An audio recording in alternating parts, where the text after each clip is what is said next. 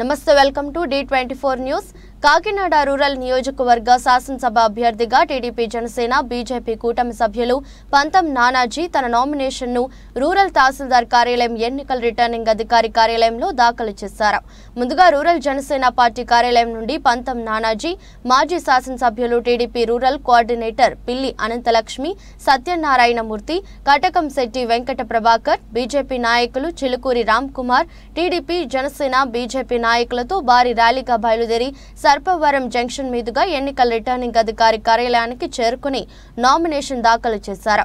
ఈ సందర్భంగా పంతం నానాజీ మాట్లాడుతూ టీడీపీ జనసేన బీజేపీ కార్యకర్తలు సామాన్య ప్రజలతో కలిసి నామినేషన్ దాఖలు చేశామని, వైసీపీ పాలనలో ప్రజలు విసిగిపోయారని, కూటమి మేనిఫెస్టోతో పాటు టీడీపీ బీజేపీ నాయకుల సలహాలతో రూరల్ నియోజకవర్గ లోకల్ మేనిఫెస్టో తయారు చేసి అమలు చేస్తామని తెలిపారు. ఇంటింటికి ఎన్నికల ప్రచారంలో ప్రజలు తమ వద్దకు తీసుకువచ్చిన సమస్యలను పరిష్కరిస్తామని హామీ ఇచ్చారు. అనంతరం పిల్లి సత్యనారాయణమూర్తి మాట్లాడుతూ కూటమి విజయానికి టీడీపీ బీజేపీ నాయకులు పంతం నానాజీ విజయానికి కృషి చేసి రూరల్ నియోజకవర్గంలో కూటమి విజయానికి కృషి చేస్తామన్నారు.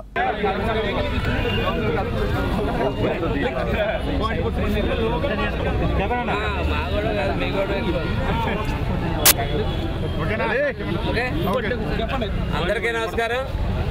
ఈరోజు తెలుగుదేశం జనసేన భారతీయ జనతా పార్టీ యొక్క ఉమ్మడి అభ్యర్థిగా నేను కాకినాడ రూరల్ నామినేషన్ వేయడం జరిగింది. దానికి పెద్ద ఎత్తున ఈ మూడు పార్టీలకు చెందినటువంటి క్యాడరే కాకుండా ప్రజలు, సామాన్య ప్రజలు, సాధారణంగా రాజకీయ పార్టీలకు చెందిన నాయకులు వస్తారు, రాజకీయ పార్టీలకు చెందిన కార్యకర్తలు వస్తుంటారు మనం ఎప్పుడన్నా నామినేషన్ వేస్తే. కానీ ఈసారి సామాన్య ప్రజలు భారీ ఎత్తున ఈ నామినేషన్లో పాల్గొనడం జరిగింది. ఈ నామినేషన్ మాకు సగం విజయంగా ఇవ్వాలనిపిస్తూ ఉంది. ఎందుకు ఇంత పెద్ద ఎత్తున సామాన్య ప్రజలు బయటకు వచ్చారు అంటే దాని అర్థం ఈ ప్రభుత్వాన్ని మార్చిపోతూ ఉన్నారని అర్థం చాలా క్లియర్గా కనపడుతూ ఉంది. ఎందుకంటే చాలా విసిగిపోయి ఉన్నారు ఈ ప్రభుత్వం మీద ప్రతి ఒక్కరూ. ఆ విసుగుదలంతా ఈవేళ ఒక ఊరేగింపులో రావడం జరిగింది. కాబట్టి ఖచ్చితంగా రేపు మేము కాకినాడ రూరల్ ఉమ్మడి అభ్యర్థిగా నేను కొడతా ఉన్నాను. బాబు గారు, అనంతలక్ష్మి గారు, అలాగే దాసు గారు, బాబీ గారు, వెంకటేశ్వరరావు, మా జిల్లా అధ్యక్షులు ఉత్తమ బాబు గారు, వీరందరి యొక్క సహకారంతో నేను ముందుకు వెళ్ళబోతా ఉన్నాను. అదే కాకపోతే నేను అయిన తర్వాత మటుకు నేను లోకల్ మేనిఫెస్టో, మామూలుగా మేనిఫెస్టో రిలీజ్ అయిన తర్వాత మా నాయకులు ఇద్దరు పూర్తిస్థాయి మేనిఫెస్టో రిలీజ్ చేసిన తర్వాత దాన్ని పాటిస్తుంటుండే నేను లోకల్ మేనిఫెస్టో మేము సత్యబాబు గారు అందరూ కలిసి కూర్చుని ఒక లోకల్ మేనిఫెస్టో తయారు చేసుకోబోతా ఉన్నాం. ఆ లోకల్ మేనిఫెస్టో మీద మేము రేపు పొద్దున తెలుగుదేశం జనసేన కలిపి ఇక్కడ పరిపాలన సాగించబోతున్నాం. ప్రతి తెలుగుదేశం కార్యకర్త, ప్రతి జనసేన కార్యకర్త, ప్రతి బీజేపీ కార్యకర్త కూడా రేపు మేము పరిపాలన వచ్చిన తర్వాత గుర్తింపు పడతారు. ప్రతి ఒక్కరికి కూడా సమాన న్యాయంతో మేము చూడబోతూ ఉన్నాం. అట్లాగే రేపు లోకల్ మేనిఫెస్టోలో ప్రధానమైన అంశం మౌలిక సదుపాయాలు.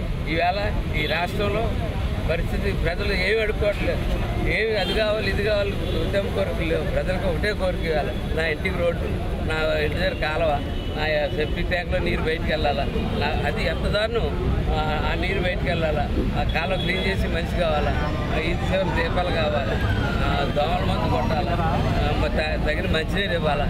ఈ ప్రజలు అడుక్కునే పరిస్థితికి ఈ ప్రభుత్వం తీసుకొచ్చేసింది. కాబట్టి ఆ మౌలిక సదుపాయాలు ఫస్ట్ ఎజెండాగా పెట్టుకోవడం జరుగుతుంది.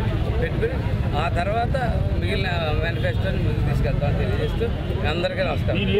ఈరోజు సిద్ధం సభ జరుగుతుంది. మీ నియోజకవర్గంలో దేనికి సిద్ధం? దేనికి సిద్ధం? మేము సంసిద్ధం. దేనికి సిద్ధం?